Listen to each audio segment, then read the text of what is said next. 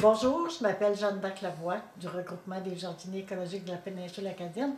Je vais vous parler du repiquage des semis que vous avez fait et que vous avez réussi, c'est sûr. Alors, ce que je vais faire, je vais tout mouiller ma terre comme je l'ai fait pour, pour les semis.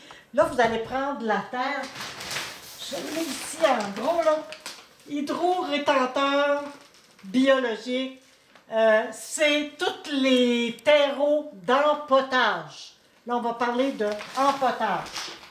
Donc, et j'ai mouillé déjà ma terre, comme on l'avait fait avec l'autre, mais il faut qu'elle soit humide, mais pas, faut pas que ça dégoûte.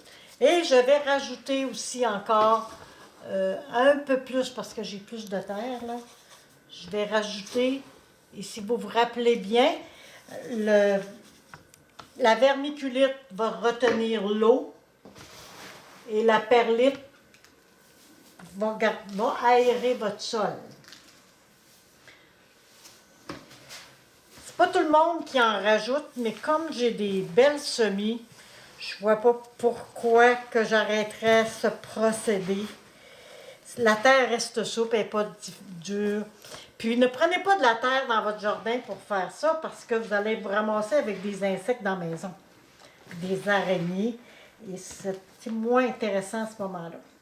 Et je vais ajouter la mycorhize. C'est là qu'on ajoute la mycorhize. La mycorhize, c'est un champignon. On la retrouve dans la forêt. C'est ainsi que poussent tous les arbres. Et si vous passez votre gros rotoculteur ou votre tracteur dans votre jardin, vous brisez toute la mycorhize.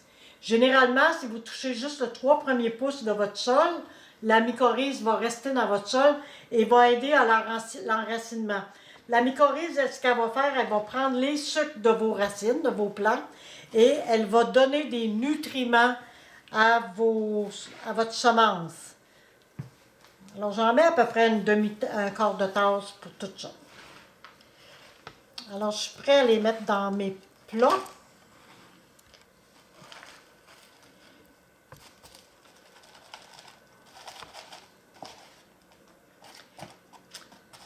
Et comme vous voyez, je l'ai mis juste à la moitié. Mes petits poivrons sont prêts. Je vais prendre avec ma fourchette, regardez les belles racines, puis je vais venir les planter dans le fond complètement de mon plat, comme ça.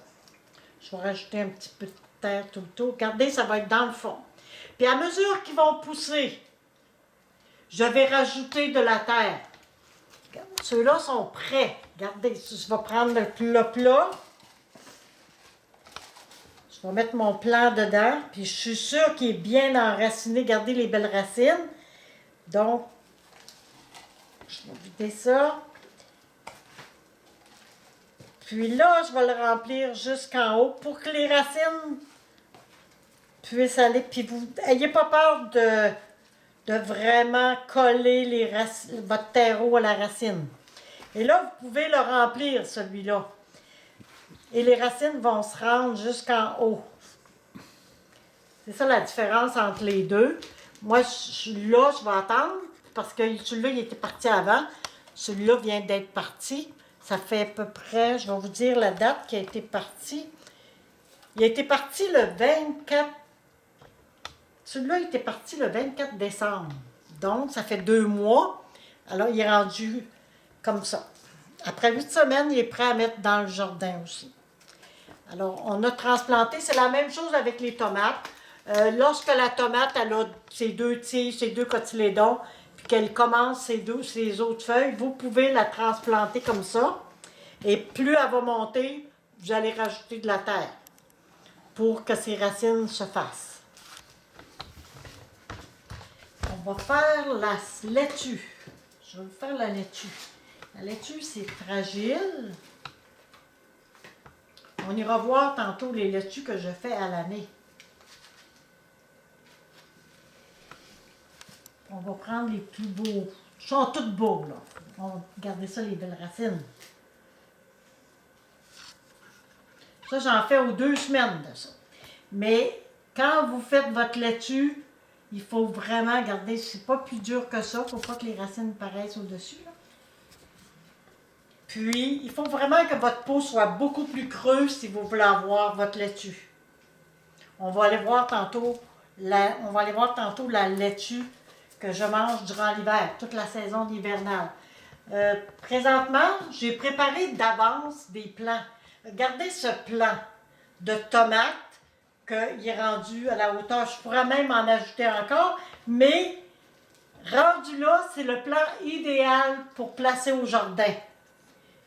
Pas plus haut que ça. Puis, regardez, le coton, il est solide, solide. Puis, je suis sûre que si je le décolle, il est plein de belles racines. Regardez les belles racines qu'il y a sur mon plant. Alors, il est prêt à placer dans le jardin. On verra plus tard comment on les transplante au jardin dans une autre capsule vidéo. C'est la même chose pour le chou. Le chou est prêt à placer au jardin. Vous voyez ici mon petit carton de papier de toilette qui est encore là. Et lorsque je planterai mes choux au jardin, je vais placer autour, juste en bas, je vais placer ça, la moitié dans la terre, puis la moitié sortie de terre, à cause des vers gris. Parce que les vers gris, là, sont tentés d'aller couper votre plant puis vous le plantez à l'intérieur. Vous enlevez votre plat, là. Puis, il y en a la moitié qui sort à l'extérieur, puis l'autre dans la terre. Et le ver gris, lui, va venir ici, il ne montera pas, il va se coller dessus, puis il va s'en aller. Alors, vous allez récupérer ainsi vos plants de choux sans qu'ils soient mangés par les vers gris. Lorsque vous allez arroser vos plants, on n'a plus besoin de la tisane de camomille, vous allez utiliser l'émulsion de poisson dans la maison. Cela, là, ça, c'est de la magie, là, l'émulsion de poisson. Veux pas, ces racines-là ont besoin de nourriture. Nous, on mange, la plante aussi doit manger. Alors, on la nourrit très, très bien si on veut qu'elle fasse des racines et qu'elle soit en santé quand on la placera au jardin. À cette hauteur-là, puis là, vous n'êtes pas prêts, il fait froid dehors, puis ils sont prêts à placer dehors. Là, je vais me faire... je vais prendre des granules de poule et je vais les mettre dans l'eau. Je vais faire une espèce de boîte de bouillie avec ça. Et je vais arroser mon plant avec le liquide. Ne placez pas de basal ni de crotte de poule là, dans vos plats directement parce que ça ne doit pas toucher aux racines. Vous allez les brûler, vos plants, si vous mettez ça direct sur les racines. Attendez d'être dehors pour placer ça directement. Je vais vous expliquer comment on fait l'étagère pour les semis et les transplantations. Alors, vous avez des crochets ici que je place après mes étagères qui sont mobiles. Il faut vraiment qu'ils soient mobiles si je veux les monter, les descendre. Car le semis, que ce soit le semis ou, regardez, c'est collé sur mon plant. Si vous mettez vos lumières ici, à ce moment-là, ça va monter, la plante va chercher le soleil, puis elle va monter en hauteur. Elle ne s'enracinera pas. Donc, je tiens vraiment mes semences proches de la lumière. Alors, je lève, je baisse, je lève, je baisse. Ici, je vais venir vous expliquer comment j'ai fait mes laitues pour les avoir tout l'hiver. Je commence ici, ça prend à peu près 2 semaines, 2-3 semaines, là. J'ai des petites laitues comme ça. Après ça, je vais les transplanter déjà dans un bac de 4 pouces.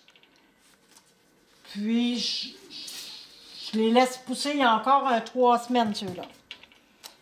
Donc, ça fait à peu près... Oui, ça fait 3 semaines qu'ils sont là. Ceux-là sont prêts à manger. J'en mange depuis 3 semaines.